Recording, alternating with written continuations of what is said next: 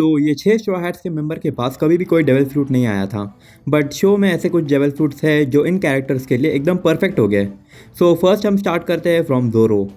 ज़ोरो के लिए एकदम परफेक्ट और आइडियल डेविल फ्रूट है, और ये डेविल फ्रूट इतना ज़्यादा पावरफुल है कि इसकी वजह से ज़ोरो लूफी से भी ज़्यादा स्ट्रॉन्ग बन जाएगा। एंड ओडा ने भी ज़ोरो के लिए ये डेविल फ्रूट खुद दिए हैं, and the devil fruit is उओ उओ नोमी मॉडल सेरियो।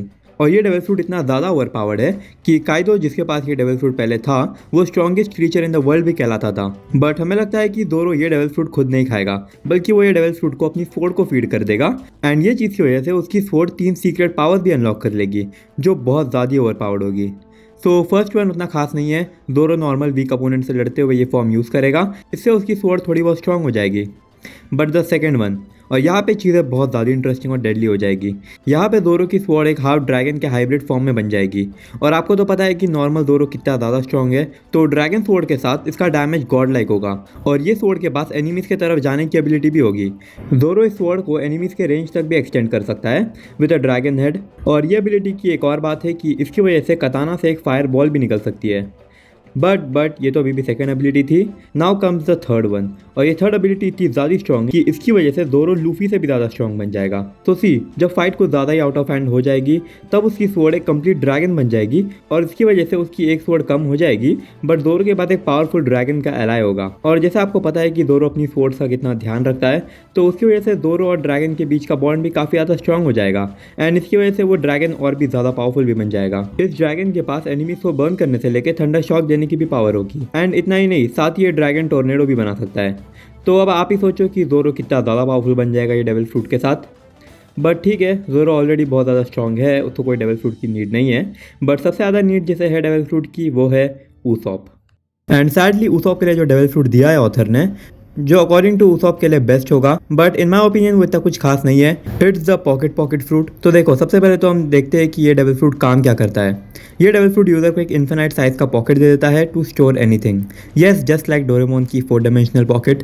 तो सुनने में लग रहा होगा कि ये डेविल फ्रूट काफ़ी अच्छा होगा ऊसॉप के लिए, राइट। ऊसॉप अनलिमिटेड वेपन्स और एक्सप्लोजन स्टोर कर सकता है, और साथ ही वो बैटल में भी बहुत ज़्यादा काम आएगा। वो स्ट्रॉ हैट्स को भी एक अच्छा एडवांटेज दे सकता है अगेंस्ट स्ट्रॉन्ग अपोनेंट्स, जिससे ऊसॉप पूरी स्ट्रॉ हैट की क्रू को अपने पॉकेट में छुपा सकता है जब उनको कोई ऐसा अपोनेंट मिल जाए जो बहुत ज़्यादा स्ट्रॉन्ग हो। बट मेरे को ये डेविल फ्रूट काफ़ी लेम लगता है। प्लस ऊसॉप भी काफ़ी ज़्यादा वीक है ऑलरेडी बाकियों की कंपेयर में, तो उसको ये पॉकेट वाले डेविल फ्रूट के साथ ही सेटल करना पड़ रहा है, जहाँ पे दूसरे साइड पे ज़ोरो को ड्रैगन वाला और लूफी को गॉड वाला डेविल फ्रूट मिलता है। सो यस, ऊसॉप का जो डेविल फ्रूट है वो थोड़ा सा डिसअपॉइंटिंग है मेरे लिए। But next move on to Franky. Franky के लिए ओडा ने सबसे बेस्ट डेविल फ्रूट दिया है, which is the weapon fruit. तो ये डेविल फ्रूट अपने यूज़र के कोई भी बॉडी पार्ट को एक वेपन में ट्रांसफॉर्म करने की पावर देता है, जो फ्रैंकी के लिए एकदम परफेक्ट मैच है। ये फ्रूट के बाद तो फ्रैंकी करंटली जितना स्ट्रॉन्ग है, उससे 10 गुना ज़्यादा पावरफुल बन जाएगा। देखो, फ्रैंकी ने अपने बॉडी को वैसे डिज़ाइन किया है जैसे कि वो एक वेपन है, and this devil fruit will act as a cherry on the cake. Franky अपने कोई भी बॉडी पार्ट को गन्स में ट्रांसफॉर्म कर सकता है, और साथ ही वो ऐसा वेपन बना सकता है जो एग्जिस्ट भी ना करता हो। शायद वो कोई न्यूक्लियर वेपन से लेकर लेजर गन भी बना सकता है। बट ये तो फिर भी ठीक है। थिंग्स विल गेट क्रेजी जब फ्रैंकी डेविल फ्रूट को अवेकन कर लेगा, यानी कि वो अपने सराउंडिंग तक को वेपन्स में कन्वर्ट कर सकता है, जिससे वो शिप से लेकर आइलैंड्स तक सबको एक वॉर फील्ड में कन्वर्ट कर सकता है। एंड यानी कि फ्रैंकी इतना ज़्यादा स्ट्रॉन्ग हो जाएगा कि कुछ ही चुनिंदा ताकतवर लोग ही पूरे वन पीस में उसको रोक सकते हैं। सो अभी तक हमने हाफ स्ट्रॉ हैट के मेंबर्स को कवर कर लिया है, एंड हम आगे नामी की भी बात करेंगे। एंड नामी के लिए जो डेविल फ्रूट है, उससे नामी स्ट्रॉन्गेस्ट एवर बन जाएगी। But first we will talk about Sanji. और सांजी के लिए जो डेविल फ्रूट है, वो किसी ने भी एक्सपेक्ट नहीं किया होगा। सी, पूरे वन पीस में सांजी ने यही क्लेम किया है कि उसका जो ड्रीम डेविल फ्रूट है वो है Suke Suke no Mi, obviously the invisible devil fruit, and for obvious reasons. But जब ओडा को ये सेम चीज़ पूछी गई थी, तो Oda claim that the best devil fruit for Sanji is swim fruit. And ये डेविल फ्रूट सांजी को किधर और कहाँ पे भी कोई भी सरफेस पे स्विम करने की पावर देगा।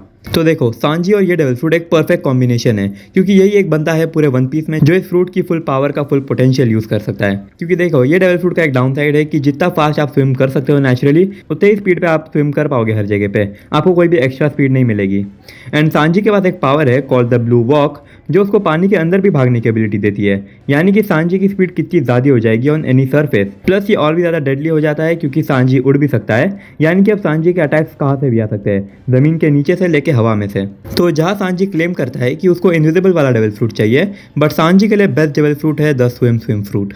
Next, Jimbei. तो जिम्बे के लिए Oda never gave a devil fruit. तो अब मेरे पे है कि जिम्बे के लिए एक परफेक्ट डेविल फ्रूट ढूंढना, एंड मेरे पास 3 डेविल फ्रूट्स के ऑप्शन है। फर्स्ट है स्ट्रॉन्ग फ्रूट। जो ऑब्वियसली यूज़र को फिजिकली काफ़ी ज़्यादा स्ट्रॉन्ग बना देता है। और आपको तो पता होगा कि Jimbei mostly hand to hand combat fight करता है, तो ये डेविल फ्रूट उसकी स्ट्रेंथ को मल्टीप्लाई कर देगा, बट ये फ्रूट उसको सिर्फ फिजिकली स्ट्रॉन्ग बनाएगा, which is kind of boring. So second devil fruit जिम्बे के लिए है द डायमंड फ्रूट, जो जिम्बे के बॉडी को hardest object on the planet बना देगा। Yes, diamond. इवन मीहॉक भी उसके ऊपर एक भी स्क्रैच लैंड नहीं कर पाएगा अपने स्पोर्ट्स स्किल्स के साथ। और साथ ही जिम्बे के पंचेज और किक बहुत ज़्यादा स्ट्रॉन्ग हो जाएंगे विथ इज डायमंड बॉडी, जिससे अपोनेंट और भी ज़्यादा इंजर्ड हो जाएगा।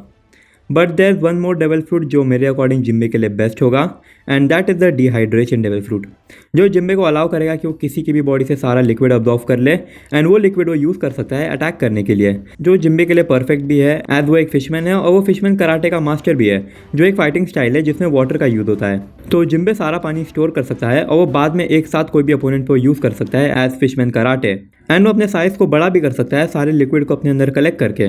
तो सोचो, अगर जिम्बे इतना ज़्यादा स्ट्रॉन्ग और साथ ही साइज़ में इतना यूज हो जाए तो वो कितना ज़्यादा स्ट्रॉन्ग हो जाएगा, उसको कोई नहीं हरा पाएगा। नाउ फाइनली नामी लिटरली बहुत ज़्यादा स्ट्रॉन्ग बन जाएगी ये डेविल फ्रूट से, एंड येस इट्स द गोरो नोमी, वही एनएल वाला डेविल फ्रूट।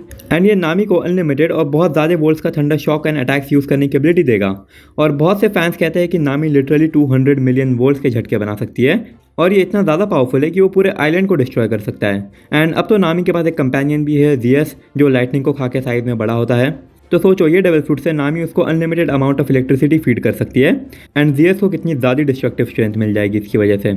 और साथ ही नामी लाइटनिंग के स्पीड पे मूव भी कर सकती है लाइक एनएल, और टेक्निकली नामी इनविजिबल भी हो सकती है क्योंकि वो लाइटनिंग में ट्रांसफॉर्म होकर कोई भी लाइटनिंग वाले क्लाउड में छुप सकती है।